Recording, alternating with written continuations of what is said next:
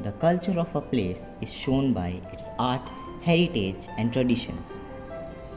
We, the students of Kamal Model Senior Secondary School, present a tribal mask making activity to make an appearance of the heritage of Sikkim to the people and well inform them about the art in its culture.